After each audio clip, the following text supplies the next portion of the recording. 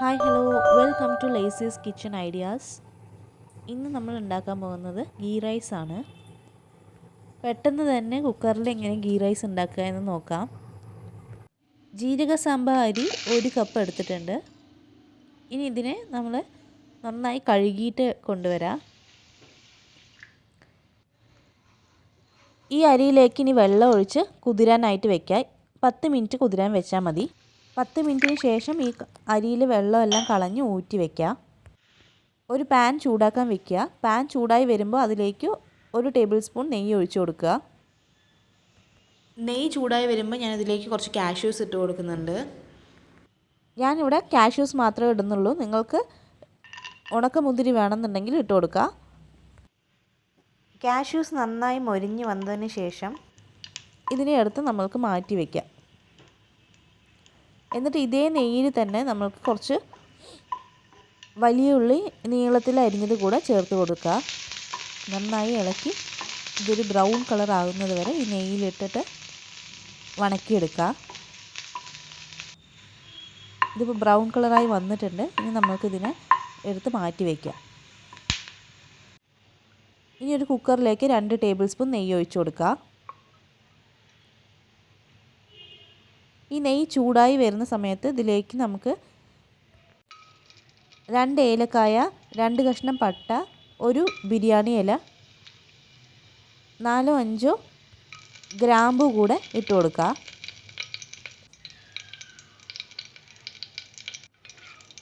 ഇത് നന്നായിട്ട് ചൂടായതിന് ശേഷം ഒരു വലിയ ഉള്ളി നീളത്തിൽ മുറിച്ചത് കൂടെ ചേർത്ത് കൊടുക്കുക. നന്നായിട്ട് ഇളക്കി ഇതിനെ വണക്കിയെടുക്കണം. ഇനി ഇതിലേക്ക് ആവശ്യത്തിനുള്ള ഉപ്പ് കൂടെ ചേർത്ത് കൊടുക്കുക. 1/2 ടീസ്പൂൺ ഉപ്പാണ് ഞാനിവിടെ ചേർക്കുന്നത്. നന്നായി ഇതിനെ വഴറ്റി കൊടുക്കുക. ഇനി 2 പച്ചമുളക് നീളത്തിൽ അരിഞ്ഞത് കൂടി ചേർത്ത് കൊടുത്തിട്ട് നന്നായി ഒന്ന് ഇളക്കി കൊടുക്കുക. 1 ടീസ്പൂൺ ജിഞ്ചർ ഗാർലിക് പേസ്റ്റ് കൂടി ചേർത്ത് കൊടുക്കുക. ഈ ജിഞ്ചർ ഗാർലിക് പേസ്റ്റിൻ്റെ പച്ചമണം മാറുന്നത് വരെ ഇതിനെ ഇളക്കുക. ഈ ജിഞ്ചർ ഗാർലിക് പേസ്റ്റിൻ്റെ പച്ചമണം ഇവിടെ മാറി വന്നിട്ടുണ്ട്.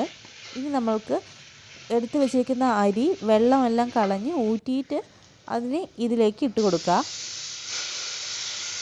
അരി നന്നായിട്ട് ഇതിൽ കിടന്നൊന്ന് വറുത്തെടുക്കണം. സിമ്മിൽ വെച്ചിട്ട് വേണം ഇതിനെങ്ങനെ വറുത്തെടുക്കാനായിട്ട്.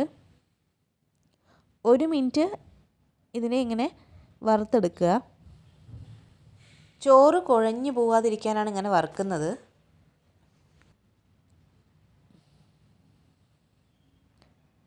പിന്നീട് ഇതിലേക്ക് 1.5 കപ്പ് വെള്ളം ഒഴിച്ചു കൊടുക്കുക.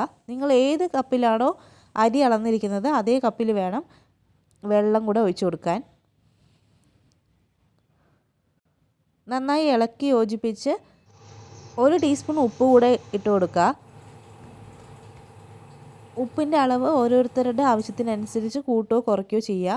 ഇനി നമ്മൾക്ക് കുക്കർ മൂടി വെച്ച് 1 വിസിൽ വരുന്നത് വരെ വയ്ക്കാം. 1 വിസിൽ വന്ന് അതിൻ്റെ പ്രഷർ മുഴുവൻ പോയതിന് ശേഷം അത് തുറന്ന് നമ്മളുടെ വറുത്ത് വെച്ചിരിക്കുന്ന ഉള്ളിയും കാഷ്യൂസും ഇതിലേക്ക് ഇട്ട് കൊടുക്കുക. ഒട്ടും കുഴയാതെ ചോറ് വെന്ത് വന്നിട്ടുണ്ട്. ഇനി നമ്മൾക്കിത് പതുക്കെ ഒന്ന് ഇളക്കി കൊടുക്കാം. നമ്മുടെ ഗീ റൈസ് ഇവിടെ റെഡി ആയിട്ടുണ്ട്. ഈ റെസിപ്പി എല്ലാവർക്കും ഇഷ്ടമായെന്ന് വിചാരിക്കുന്നു.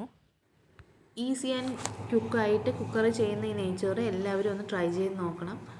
ഈ ചാനൽ ആദ്യമായിട്ട് കാണുന്നവരാണെന്നുണ്ടെങ്കിൽ ഇതൊന്ന് സബ്സ്ക്രൈബ് ചെയ്യണം. Thank you for watching.